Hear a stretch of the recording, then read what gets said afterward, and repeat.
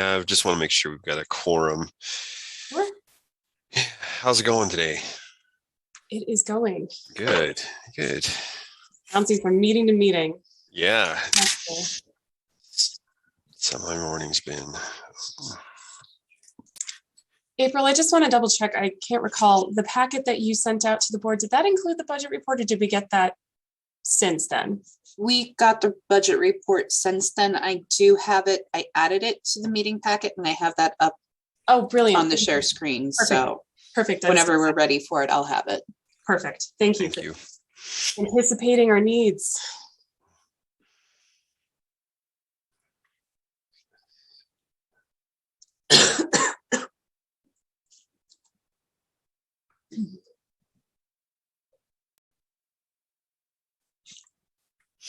April, I don't know if anybody's mentioned to you, but the screen's doing that weird thing where there are like random blocks showing on top of the agenda. You probably have been told while I was away. I will reshare it. It's classified information is what that is. We were redacting the agenda. Yeah. Sensitive information. Andy, is that on a need-to-know basis? It is a need-to-know basis, you bet. So, yeah, we ran out of. We decided instead of going through with permanent markers that we just put a big old block right over regular items. So, I think that's what happens when I have to open up other screens and it's over top of it. So. Oh, sure, that's okay. Sorry, everybody.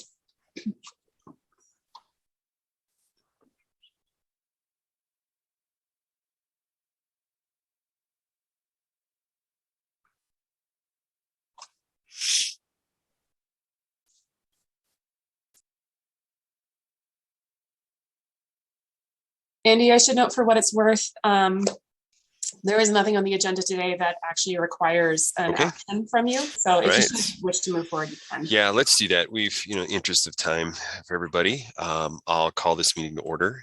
The Downtown TIF Advisory Board meeting for Thursday, May 12th, 2022. We will go over point A, the minutes for April 14th. If anybody would like to approve the minutes, that'd be great.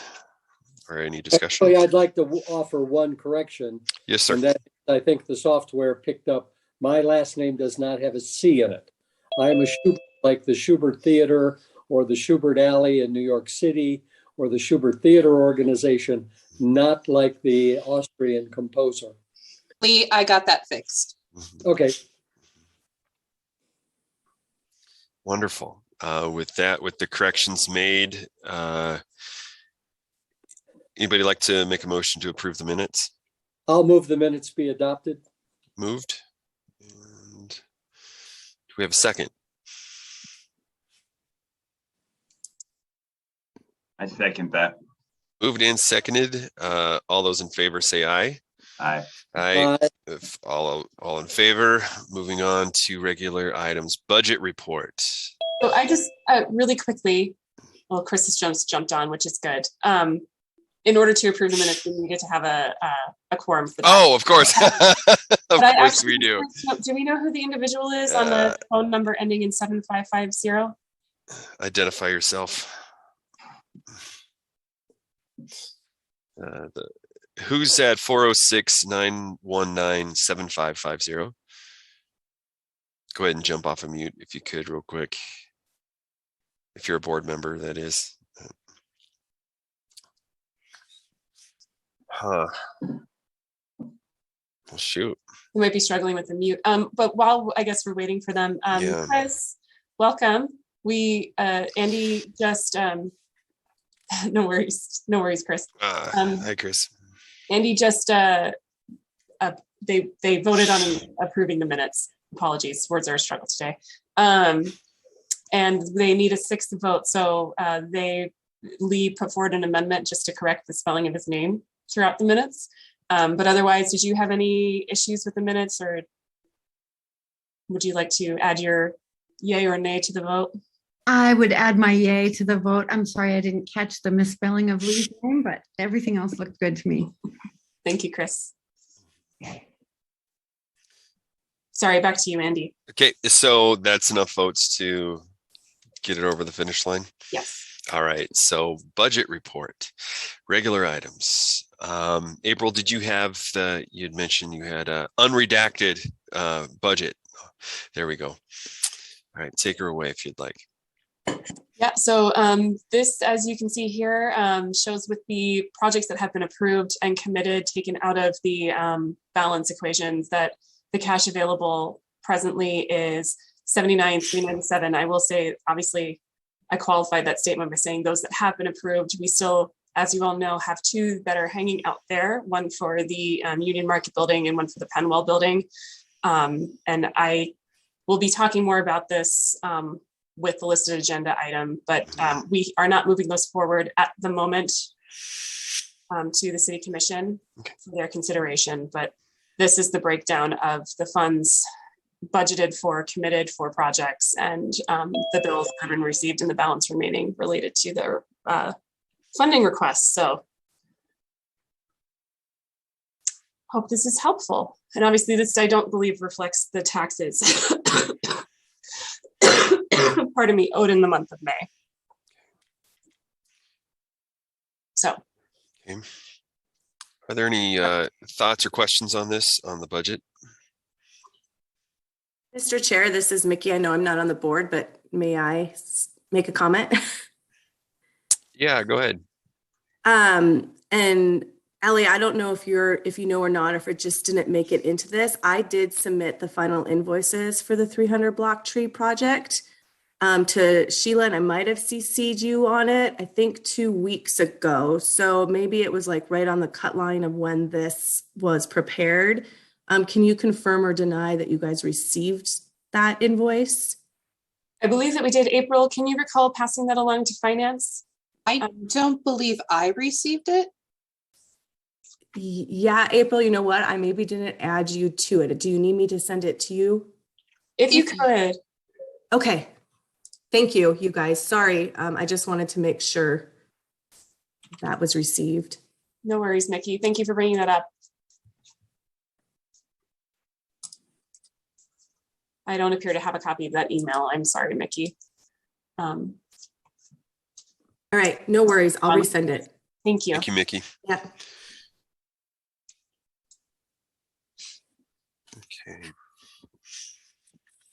All right, any other thoughts or questions or concerns from the board about this budget report? Or questions?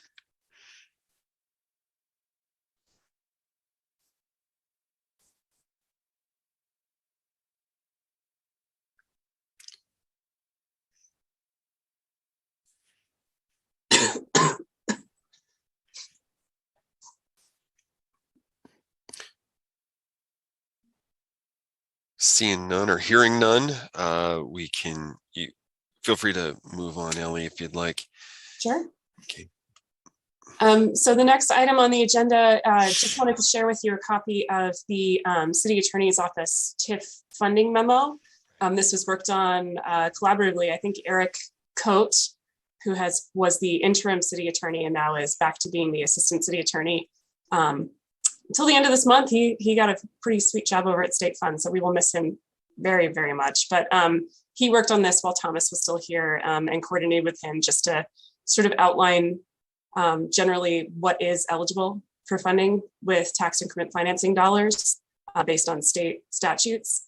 So the crux of this ultimately is that it has to have a public purpose, and he makes that statement pretty clearly throughout this document. However, that still begs the question at a philosophical level about what the city of Helena would deem to be a public purpose, i.e. with the two applications that we have hanging out there, are they in part or in whole anyway related to a public purpose? Can we find that nexus? So I hoped that prior to this meeting, I'd have a firmer conversation to line that out with the interim city manager, Tim Burton, and the city attorney's office so that I could provide you with some of their feedback that will then get presented to the commission. However, we haven't been able to have that meeting that's actually happening tomorrow So certainly for the next meeting, we'll know a bit more, and maybe I'll even have a better sense of when we can get those 2 pending applications to the City Commission for their consideration. Again, as you all know, ultimately it falls to the City Commission to make the determination about what is public purpose. But as I know, a few of you would be dangerous enough to know as attorneys or retired attorneys, whatever they choose to do will set a precedent going forward. So they have to be deliberate in what they're recommending. So that is really all I wanted to share on this, unless anybody has particular questions that I can try and help answer. See, Brian's unmuted. Yeah. Go right ahead. Hate to be the one. So we got an answer of no answer at this point that public good is still not defined. No, that was once this was drafted. And I do think that this is a helpful document in putting everything in one place as far as the statutes and what it says and everything. But we don't have a firm answer. And the only people that are going to be able to answer that, Brian, are the city commissioners. Right. So until we can take those cases forward, we won't have that firm answer, but at least city staff are working to try and get on roughly the same page as far as how we are understanding state law. And the great thing is with interim city manager Burton, obviously he's worked with TIF previously. So he has more perspective than Rachel had, than Sharon or I have. So hopefully, and you know, that was a big thing, obviously, that the League of Cities and Towns worked on too. So hopefully he'll have a little more clarity for us as far as how we present to the commission what staff recommendation might be. And then let them deliberate from there. Okay. And obviously, I mean, they've been, the city commissioners, I would say, are a little more aware of TIF. Obviously, they've been seeing applications, but the reality is they've been getting a little bit of blowback from ones that they've recently approved. So I think it's a touchier subject in the community, and they're aware of that and hopefully understand the gravity of what they'd be making approvals of. Yeah, and I think that, I mean, when I've looked at that for a few communities as well, I've come to the exact conclusion of this memo. It really is fundamentally a political question that you get feedback from your community, and your elected officials do make that call as to what is a public benefit. And so that's, you know, even if it's a little bit inefficient, that's probably how the system was designed to work, that the commission talks to people and gets a sense for what they do and don't think is serving their community. Okay. So in the environment that we're in, they get pushback, so we get even more milk toast and watered down on what public good is, so we have less impact, so that the TIF creates less increment and we don't do as great as we can. And Nathan, you just know that my mind is a little just from SBA and the 504 program right now, I'm to an elevated level of being off at the world. Oh, I understand. I'll grab the sign with the SBA office, Brian. I get it, but but I mean, it just is what it is, right? I mean, it's like folks who are interested can make their case, and ultimately, you know, it matters who holds office, and they're going to have to make a judgment call. Okay, so we need to request that the city commission be bold in their interpretation, I think, is my take from the board creating influence to them, is we would request that they be bold in their interpretation, not timid. That would be my take. Well, you know, you look at, I was reading through the memorandum this morning, and I think the page 2 or page 3, there's 4 different points on what exactly we're talking about. And one of them is number 4 is public improvements in infrastructure. The one that's on the market building dealt with infrastructure of the water system underneath the sidewalk. And so if that fails, it could affect other businesses within the Last Chance Gulch area. And that's where I understand there's the interpretation from the previous interim. It'd be interesting to see what interim Manager Burton has to say as well, after the meeting that you have with him, Ellie. And that's tomorrow, you said? Yeah, that's tomorrow afternoon. Sure. Okay. When that water line, that water line was serving Pita Pit, right? Yeah. It was Yeah, serving so all. I think it's, oh, go ahead. Oh, no, that's okay, Nathan. I just wanted to clarify. It actually was serving all 6 tenants of that building. Okay, yeah, I mean, I think to Brian's point, I'm not even sure how much boldness it takes to say that, ensuring we aren't putting lead in the water of businesses that are serving water to the public. I don't know. I mean, I think that fits pretty tightly, but. Yeah, in a town that's 150 years old, more than, yeah.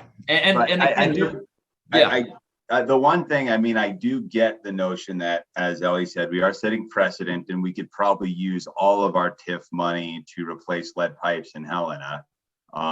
So, I get that, but that's sort of, on the one hand, there is new federal money coming out that the DEQ will be administering for lead pipe replacement. And actually, Helena and every municipality is going to have to map every single lead pipe in Helena over the next, I want to say it's the next year and a half. I was up at Montana Rural Water last month, and they DEQ put a presentation on it. So there'll be a process whereby we map that, and there'll be federal grant funds to replace those. So I don't think that will be a long-term drag on our TIF monies. We should be undertaking a systematic process to replace those. But I get that, but I sort of echo your point, Brian, that to the extent, especially if we're providing any benefit to business that's open to the public, I think that ought to be, it's not like we're just, getting a new couch for Andy's living room. Right. If you have been in Andy's living room, it needs a new couch. Yeah, I was just going to say, I second that. But when you look at the, sorry, Brian, go ahead. Oh, no, I would just, the one thing from a politics standpoint, you know how embarrassing it is for a politician when you tear up a street, you pave it back over, and then 2 weeks later, you tear it back up because somebody puts in a new water line. The general public looks at that and goes, who's running the ship here? Because nobody is. The TIF is one of those things, an urban renewal district. If we're doing our job well, we can actually make the elected officials' life actually better if we are a little bolder and try to use some common sense. And I'm off my soapbox now. No, I agree. When it comes down to whether the trees that downtown Helena is installing, that's definitely for the public good. That's obvious. But then you look at the Strand building that you were doing the what was the feasibility study on that could be something for the public good. And so when it gets down to infrastructure, which is something that is a part of our work plan, it's a part of our mission, it gets a little touchy. And I agree, we're tearing up the street for broadband or for internet access, but then I'll get off my soapbox, but I agree. It'd be nice to have a definition of what the public good is or for public purposes. Can I suggest a procedural step? And that is, when we approve an application, we also provide the public purpose statement so that we articulate for the city commission what we view as the public purpose. I mean, one of the interesting things is on page 5 of this memo, where it's talking about Rutherford versus the city of Great Falls. It basically says Montana's highest court said that public purposes are synonymous with governmental purposes. So it just seems to me that we can, to Brian's point, we can point the city commission in the direction we think they should be going by providing an articulated statement of what we as a committee deem the public purpose to be. I think that's right. I think that's part of our role, is to help advise in that and give direction in that. And I'd be open to even having a group or a committee put together that definition or a suggested definition for the Right. city of Helena. I'm definitely open to that too. If a small committee would like to get together and draft something like that, I'd be totally open to it. It'd be nice to have some legal representation on there as well.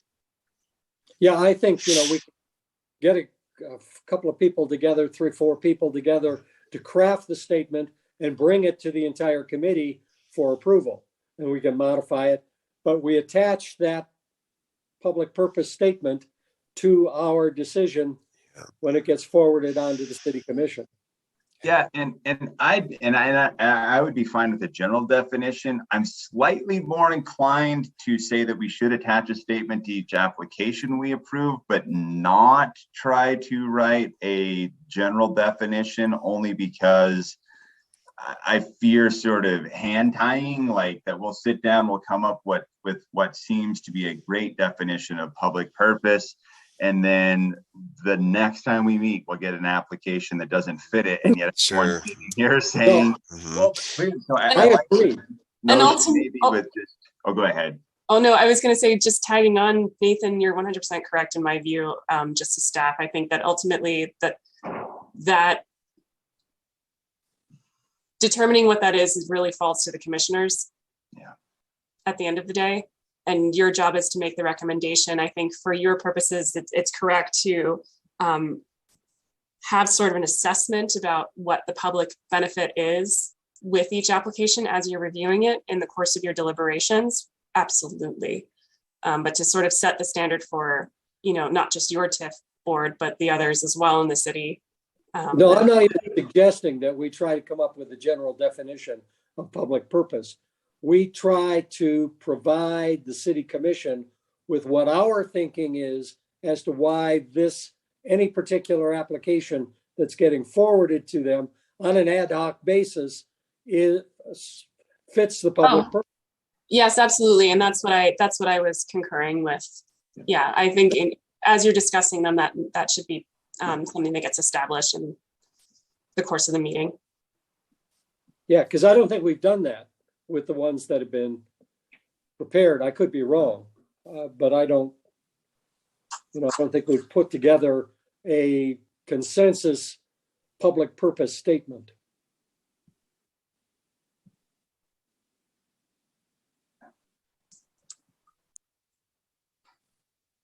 So, Ellie, I got a quick question for you real quick. So I have it in an email form, but I could just ask you right here. The TIF application package that goes from us to, after we approve it, then it goes to the city commission. Is there a document attached that gives somewhat of context of the discussion or how we came to the answer, to the conclusion of support? Okay. Yeah, the commission receives a copy of the minutes from the meeting. Okay. So I figured. And there's a resolution that accompanies each application request. So within that, there is the resolution motion language reflects what you all as a board recommend move forward. It might be finessed a little bit by the city attorney's office as they're drafting the resolution, but otherwise it reflects what your decision is. Okay. So perhaps my suggestion is redundant because the purpose is already going to be stated in documentation that's already being acquired.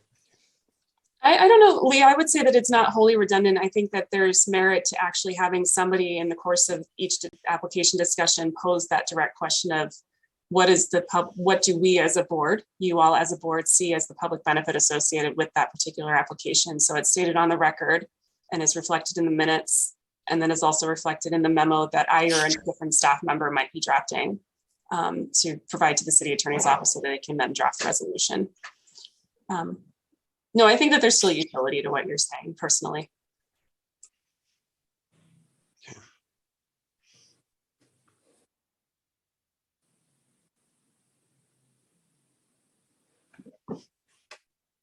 Any other discussion on this or questions at all?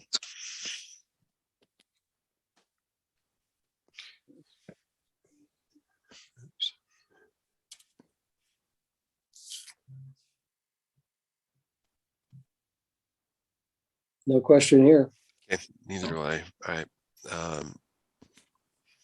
Ellie, how would you like to proceed? This isn't something that you have to take action on. So this was more just of an informational item for you all to digest. Okay. And thank you. It's very apparent to me that you all took the time to read through it, and hopefully you found it helpful.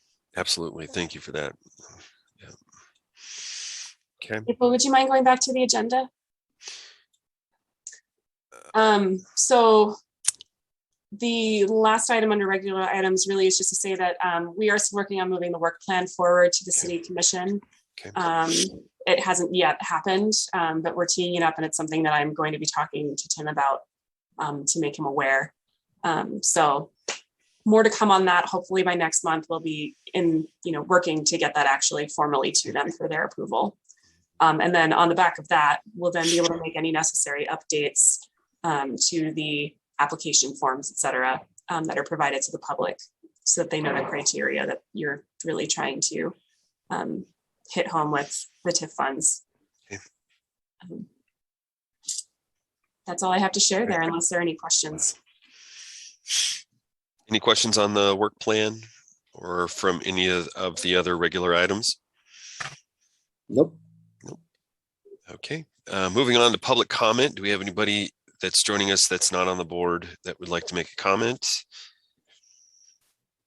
Yeah, hi everybody, Mickey again. You may be concluded from the budget question I had, but just an update, the 300 block tree project is pretty much complete. There's 2 electricals that need to be installed, but the grates were laid before Vigilante last weekend.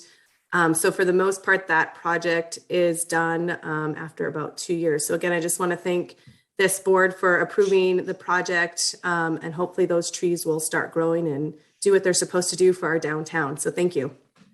You bet. Looking forward to those. I think it's going to be great. Thank you, Mickey. Anybody else with public comment? All right. So member communications, proposals for next agenda. If you have any ideas, please feel free to reach out to Ellie, April, or myself if you have agenda ideas. The next meeting is tentatively scheduled for June 9th. I will be out of town that day. I won't be able to attend that meeting. I'll be at a clinic over in Lewistown for assistance for business clinics. And but yeah, be thinking about any ideas if you'd like to have any additions to the agenda. But meetings of interest and announcements. Well, I've got one for this weekend on Saturday. I sent an email to most of you, but we are having the ribbon cutting with the Helena Chamber of Commerce at the Helena Farmers Market, downtown Helena, at 9:30 on Saturday morning. It's the longest running farmers market in the state. It will kick off its 49th season. It's going to be at the corner of Fuller and Placer. And we're going to do a ribbon cutting with the Helena Chamber. Mayor Wilmot Collins will be there. County Commissioner Andy Hunthausen won't be able to make it, but County Commissioner Jim McCormick will be there. You're more than welcome. We'd love to have you, the more the merrier, to help kick off the 49th season. It's kind of our grand opening for the year. New branding, new board. So we'd love to have you. Any other meetings of interest that we might, from the board, that might interest us? Anybody else like to add anything? Yeah, I would like to, on a couple of fronts, I want to, this kind of connects to the public good. We are hosting a Rodney Street block party next Saturday, the 21st of May, and it will be in that paved area between the B&B and the Rodney Street Laundry that this TIF board supported the pavement of the, that project to pave that area. And we're going to see public benefit there. This is a whole day block party to celebrate the neighborhood. And it begins in the morning with an Adopt a Planter project with plants and flowers going in. The early afternoon, there will be a mental health awareness fair in that block between Broadway and Fifth, between Breckenridge and Fifth Avenue, just right in that little tiny business district. And then there's also a screening of a new documentary film about the Rodney Street area that HCTV has produced. That screening will be at 2:30 at the Myrna Loy, followed by a walkabout of public art projects in Rodney Street, and then live music from 4 until 9 with all kinds of really fun things happening in there. So it's really getting the neighborhood together to celebrate. And I just want to thank this board for approving that pavement project, and come out and see and participate in the Rodney Street. That's on Saturday, May 21st. Exciting. Thank you, Chris. Thank you very much. It was funny. Chris and I just ran into each other at Hometown Helena and got to meet in person for the first time. And it's interesting when we were talking about how getting back in public. And I mentioned, when you're on Zoom, we're all the same height, but it's nice to be able to see people and shake people's hands and see people's faces face to face. So Chris, that sounds exciting for Rodney Street. Really excited to see how that's coming along. And yeah, it's cool to have a little piece, but it's about the people who are up there that are making it. But any other comments or anything else from anybody? I think with that, we can wrap this party up. It's the shortest meeting we've ever had. All those in favor of adjourning the meeting, say aye. Aye. Aye. All right, ayes have it. That we are adjourned. Thank you so much for joining us, and thank you for the staff for helping.